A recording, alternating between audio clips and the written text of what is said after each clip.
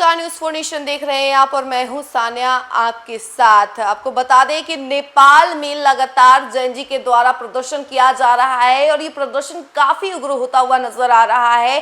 सभी नेता और यूं कह लीजिए कि मंत्री जितने भी हैं उनके आवासों को जला दिया गया है और ये हिंसक प्रदर्शन देखने को मिल रहा है। तो वहीं दूसरी तरफ बिहार के कई सारे लोग जो हैं वो नेपाल में फंसे हुए हैं और कई सारी गाड़ियां भी जो है, जो ट्रेवल एजेंसियों की गाड़ियां हैं वो भी नेपाल में फंसी हुई है। उसको लेकर लगातार अपडेट लिए जा रहे हैं, लेकिन वहीं जिसकी गाड़ी है वो लोग जो है ट्रेवल एजेंसी पर दबाव बना रहे हैं कि कब उनकी गाड़ी नेपाल से वापस आएगी। लेकिन वहीं पूरी प्रयास की जा रही है कि बिहार के लोगों को और वहां फंसी गाड़ियों को वापस लाया जाए। इसको लेकर मैं अब आपको विस्तार से बताती हूँ कि आखिर पूरा मामला है क्या।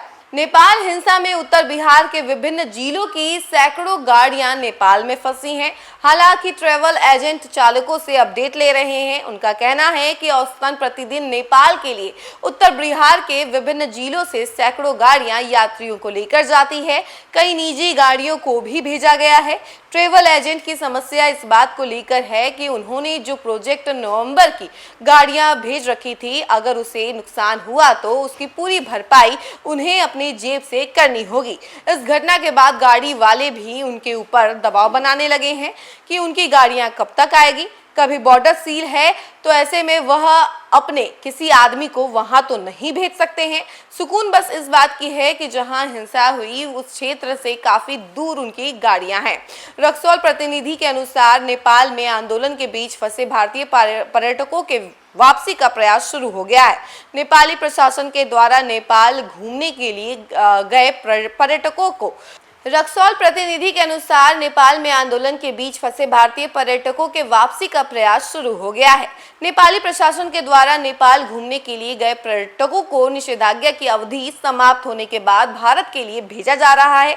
बुधवार की शाम करीब 6 बजे से नेपाल में फंसी पर्यटक बस और गाड़ियां आने का क्रम जो है शुरू हो चुका है, जिसको लेकर दूतावास से मिली जानकारी के बाद पहले से ही एसएसबी और बिहार पुलिस को अलर्ट कर दिया गया था।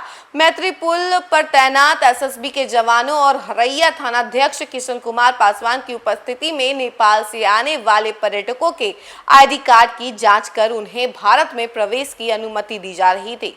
बनारस से काठमांडू दर्शन के लिए गए यूपी के तीर्थ यात्रियों के एक जत्थे में शामिल लोगों का कहना था कि भारत की सीमा में दाखिल होकर जान में जान आई है। हम लोग पूरे रास्ते पशुपतिनाथ और बाबा विश्वनाथ से प्रार्थना करते आए हैं कि हम लोग सही सलामत अपने देश पहुंच जाएं। वहीं बस से चालक ने बताया कि नेपाली प्रशासन से भारतीय पर्यटकों की काफी मदद की है। आंदोलन कर रहे लोग भी पर्यटकों को परेशान नहीं कर रहे थे। समाचार लिखे जाने तक रक्सौल बॉर्डर से लगातार नेपाल में फंसी पर्यटकों की गाड़ियां वापस आ रही थी। वहीं भारत की तरफ फंसे हुए नेपाली पर्यटकों को भी शाम के समय सुरक्षित उनके देश रवाना किया गया। गुरुवार से हालात के सामान्य होने की संभावना है। देखा आपने कि किस तरीके से नेपाल में फंसे हुए लोगों को भारत वापस लाया जा रहा है और उसको लेकर जो सिलसिला है वो अब शुरू हो चुका है।